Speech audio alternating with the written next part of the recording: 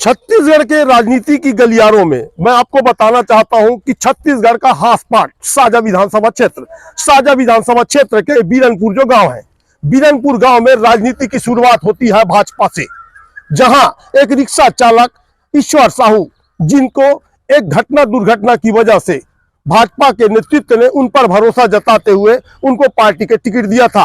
आज साजा विधानसभा क्षेत्र के ईश्वर साहू विधायक हैं। दीप प्रज्वलित करने वाले कांग्रेस नेता राजेंद्र साहू हैं, उनसे हम खास बातचीत करेंगे। आखिर क्यों आस्था की दीप जलाई गई, जी बताएंगे कि क्या पूरा मामला था, क्यों आज तक दीप आप लोग जलाए बीरनपुर में? क्योंकि मैं प्रदेश महासचिव राजेंद्र साहू किसान कांग्रेस से बोल रहा हूँ। यहाँ पे दीप प्रज्वलित करने का एक कारण मेरे को लगा कि यही बीरनपुर में एक घटना पिछले कार्यकाल से पहले हुई थी, जिसके कारण यहाँ एक ईश्वर साहू को जो टिकट देकर के उनको जिताने की बात अलग है, साथ में इस हवा जो है साहू समाज के नाम से, घटना के नाम से।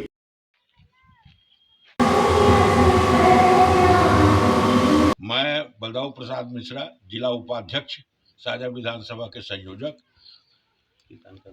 किसान कांग्रेस बेमेतरा। शक्ति घाट बीरनपुर में जोत प्रज्वलित इसलिए किया गया कि वहीं से संघर्ष शुरू हुआ और उसी संघर्ष का दुष्परिणाम आज हमारे कांग्रेस पार्टी को भोगना पड़ रहा है।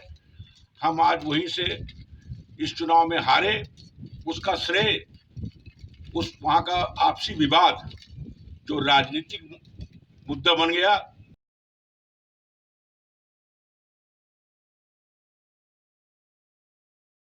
इस देवी मंदिर के महत्ता बहुत ही पूर्वज से चले आ रहे हैं। अधिकतर यहाँ की मान्यता है, जैसे जिनके बाल बच्चे नहीं होते उन लोग अपने मनोकामना के लिए माता शक्ति में ज्योति प्रज्वलित कराते हैं।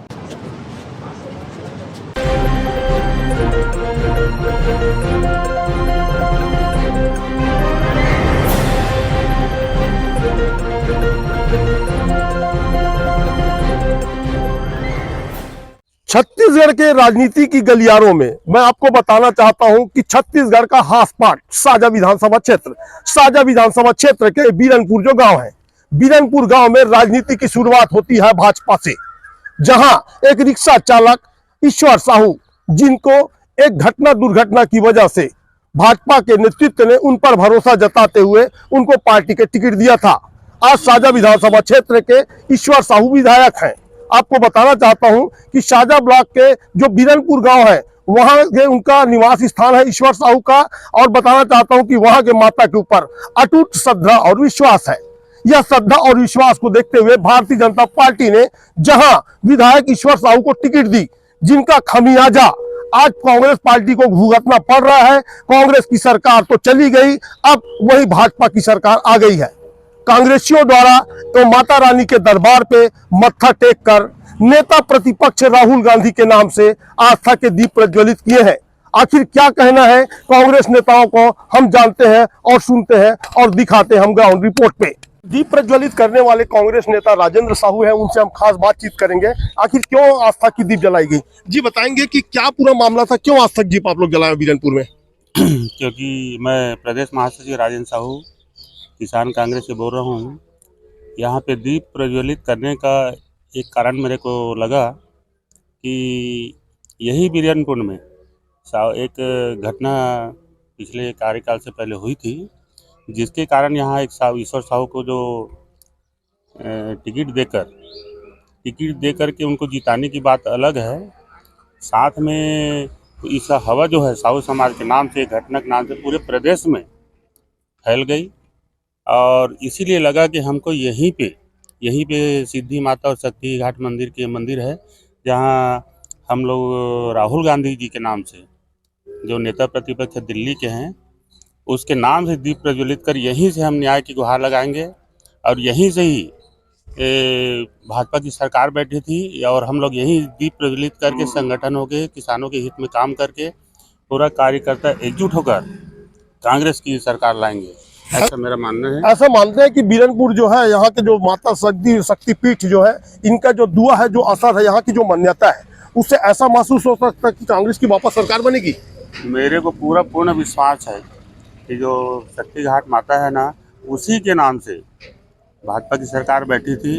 लेकिन कोर्ट की न्याय को देखते हुए उन लोग जो गलत प्रकरण के माध्यम से उन लोग भुनाए थे, जो घटना राजनीतिक नहीं था, वो जो राजनीति किए हैं, हमको पूरा उम्मीद है माता के ऊपर, हम यहीं से न्याय की जीत करके दिखाएंगे।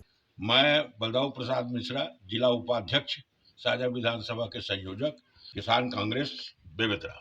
शक्ति घाट बीरनपुर में जोत प्रज्वलित इसलिए किया गया कि वहीं से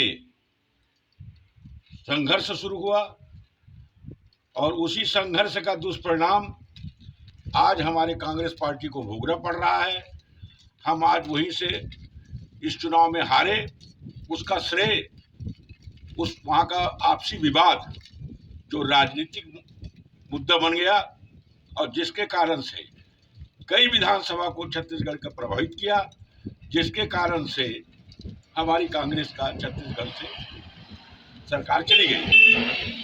हम उसको पुनः स्थापित करने के लिए वहाँ शांति व्यवस्था बने रहे, माँ शक्ति का हमको आशीर्वाद मिले कांग्रेस पार्टी को, ताकि पुनः यह दुर्घटना, ऐसी बातें ना आए और कांग्रेस को पूरा सहयोग मिले। हम कांग्रेस में के सहयोग के लिए, कांग्रेस के उन्नति के लिए और केंद्र और राज्य दोनों में कांग्रेस का सरकार बने, राहुल गांधी की योजनाएं सफल हो और आम जनता इस बात को समझे और कांग्रेस के प्रति उनकी झुकाव रहे।